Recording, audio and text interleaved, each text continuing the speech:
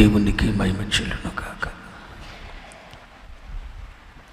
ఈనాటి ధ్యానం కొరకు రోమాపత్రిక 2వ అధ్యాయం, రోమాపత్రిక 2వ అధ్యాయం 3వ వచనం.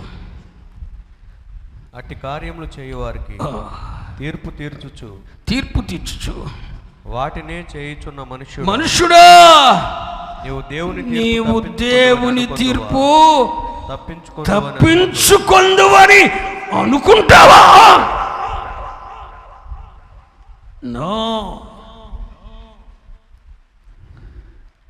మితిమీరిపోయిన ఏషాలేస్తే నీ అక్రమాన్ని సంపూర్తి చేసుకునే స్థాయికి నువ్వు ఎదిగిపోతే దేవుడు చూస్తూ ఉంటాడని అనుకుంటున్నావా?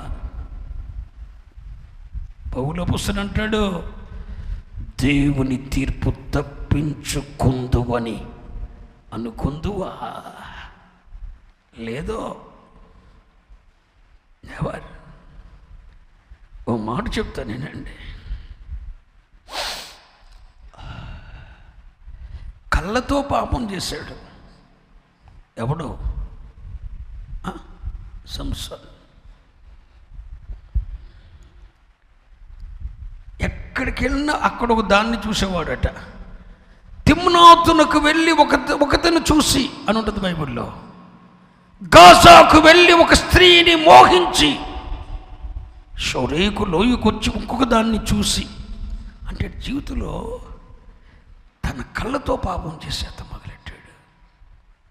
తీర్పు తప్పించుకున్నాడా? 2 కళ్ళు పీకేశాడు దేవుడు. తప్పించుకోలే తీర్పు.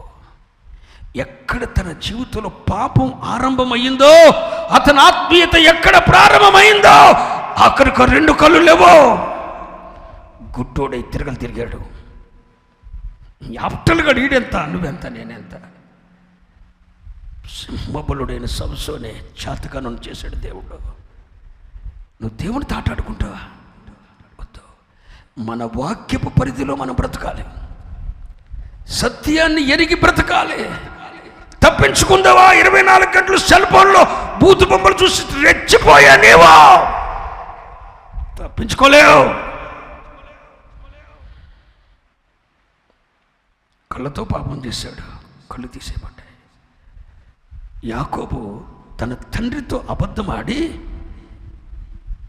ఇది వేటాడిన మాంసం అని చెప్పి మేకపిల్లను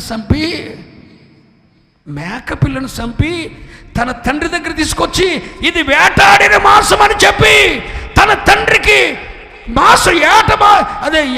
మేక మాంసం పెట్టి అరణ్యానికి వెళ్ళి ఏటాడి తెచ్చిన అబద్ధమాడి దీవెనలన్నీ పొందేశాడు. మేకపిల్లని అడ్డం పెట్టుకుని దీవించబడ్డాడు. ఎవడు? యాకోబు.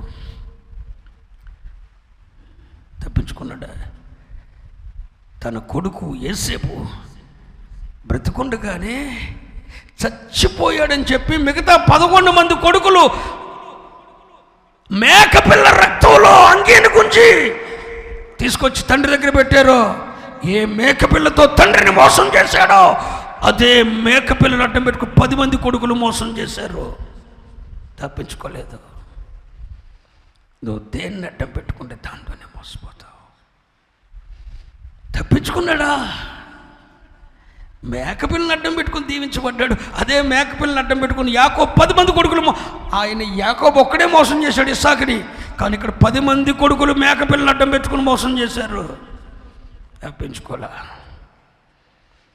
దావీదు తన పొరుగువాని భార్యను కూడాడు. కొడుకులు తనకు వరుసయ్య తల్లులను కూడారు. తప్పించుకోలేదు. ఆ ఉగ్రత దినము రాకమునపే దేవుడు నీ కొరకు ఒక క్రియ చేస్తున్నప్పుడు ఇంట్లో నెమ్మది లేకుండా చేస్తున్నాడు, మనసులో శాంతి లేకుండా చేస్తున్నాడు, చికాకులు పుట్టిస్తున్నాడు, కలవరాలు పుట్టిస్తున్నాడు, ఒంటి నిండా రోగాలు పుట్టిస్తున్నాడు. ఎలాంటవరా బాబు అని చెప్తున్నా. ఆ కోపంలోని బయటకు రా. శిక్ష నీ మీదకి రాదు.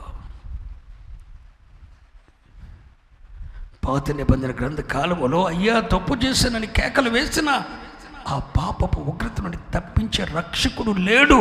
కానీ ఇప్పుడు ఆ నాశన కోపంలోకి వెళ్ళిన నీవు, అయ్యా నేను బయటకు వస్తాను, ఆ కోపంలో నేను ఉండదలంచలేదు, నువ్వు నా కొరకు చేస్తున్న క్రియ ఏంటో అర్థమైపోయింది.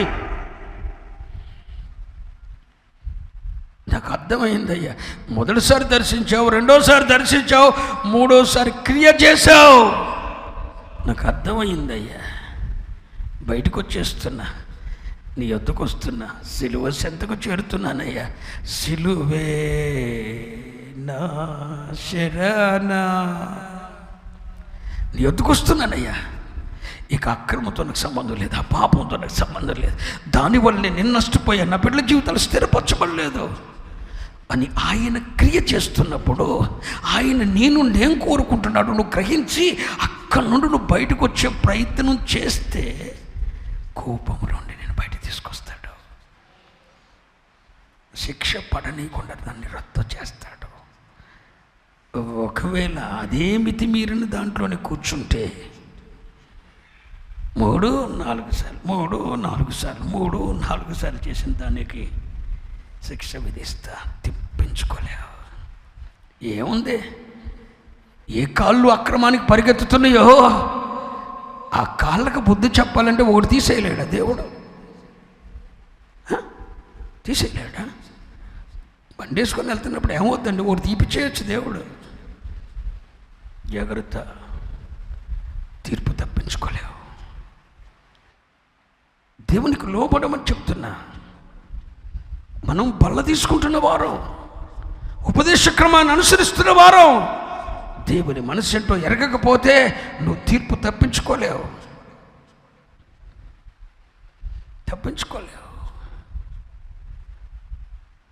3-4 సార్లు మితిమీరిన దోషాలు ఎంతకాలం అని అడుగుతున్నాడు దేవుడు. ఎలర్ట్ అవ్వండి చెప్తున్నా, మేల్కొండని చెప్తున్నా. దేవుడు నిన్ను దర్శించినప్పుడే నువ్వు మేల్కుంటే కోపంకెళ్ళవు. దేవుడే నిన్ను మొదటిసారి దర్శించినప్పుడు వాక్యము ద్వారానో దైవ సేవకుల గద్దింపు ద్వారానో నువ్వు తప్పు చేసినప్పుడు మొదటిసారి దర్శిస్తాడు, రెండోసారి దర్శిస్తాడు. అప్పుడు నువ్వు ఎలర్ట్ అయిపోతే మూడవసారి కోపంలోకి వెళ్ళావు. కోపంలోకి వెళ్ళావంటే అర్థమేంటో తెలుసా? దేవుడు క్రియ చేశాడు. నేను ఎత్తి బోడయిందంటే అర్థమేంటో తెలుసా? దేవుడు క్రియ చేశాడు. ఆ కోపంలో బయటికి అన్ని అంత పాపంలో కూడా వదిలిపెట్ట తెలుస్తలేదు దేవుడు. నీ కుటుంబాన్ని ఇచ్చిన్నం చేశాడు, నువ్వు కాంటలేదు. వీడి కన్నబిడ్డలు ఏమైపోయిన పర్లేదండి, వీడు కొవ్వు కరగాలి. ఎందుకురా కన్నావు? గొడ్డుమూతుడుగా మిగిలింటే బాగుండేది. రండి, కన్న బిడ్డలు కళ్ళెదుట కనబడుతుంటే దయా దాక్షిణ్యం లేని తండ్రి అయ్యావు నువ్వు. అరే నా బిడ్డ సంగతి ఏంటి, నా కూతురు సంగతి ఏంటి, నా కొడుకు సంగతి అంటే ఫీలింగ్ లేకుండా పోయించాక ఎట్టంటి భ్రష్టులైన తల్లులు ఉన్నారు, తండ్రులు ఉన్నారు. ఈ రాత్రి దేవుడు నీతో మాట్లాడుతున్నాడు. కండలు తిరిగి నేను అనుకుంటున్నావేమో, నిన్ను దేవుడు అనసటానికి ఎంతో టైం పట్టదని చెప్తున్నా. ఎవరికి పట్టదు ఆ స్థితికి రాకుండానే. అందుకని ప్రభు అంటాడు, ఎల్లప్పుడూ మెలకువ కలిగి ప్రార్థన చేయండి.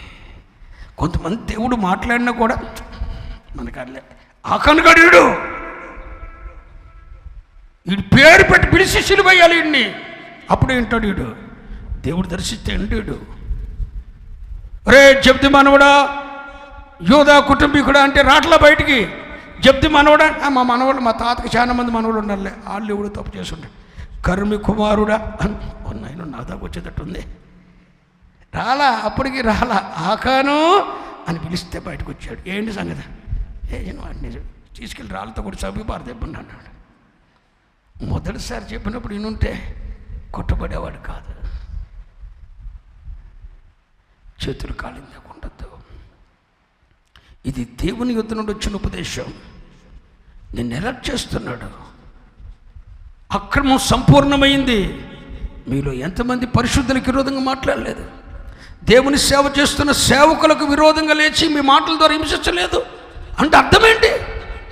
నీ అక్రమం సంపూర్తయింది. 4వసారికి వచ్చింది.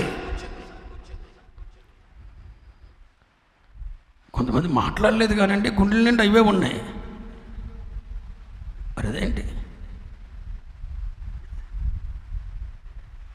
జాగ్రత్త పిల్లలారా. దేవుడు సోద్యం చూస్తూ కూర్చోడని చెప్తున్నా.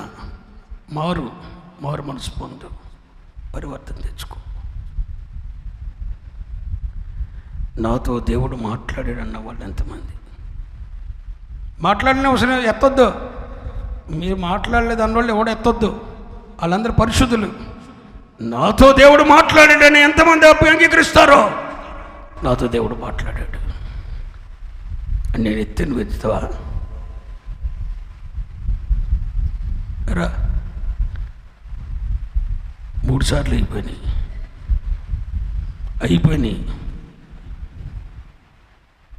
జీవితాంతో కుంటుకుంటూ నడవాల్సి వస్తుంది. జాగ్రత్త. తొడగొట్టినారు, ఇటు నొక్కాడు అంతే దేవుడు. యాకోబుకి జీవితాంతం కుంటుకుంటూ నడిచాడు.